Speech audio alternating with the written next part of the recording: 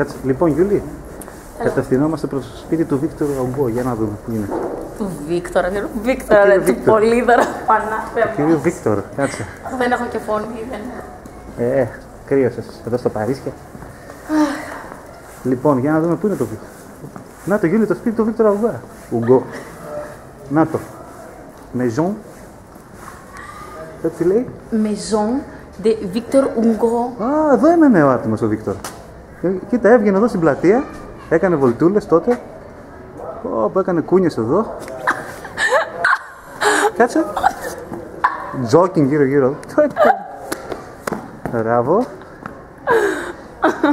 Βαρούσε τα περιστέρια με το ροβόλο του πάνω στα κεραμίδια.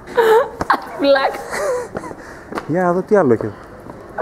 Δεν θα έμπνευσε με τον άνθρωπος να γράφει.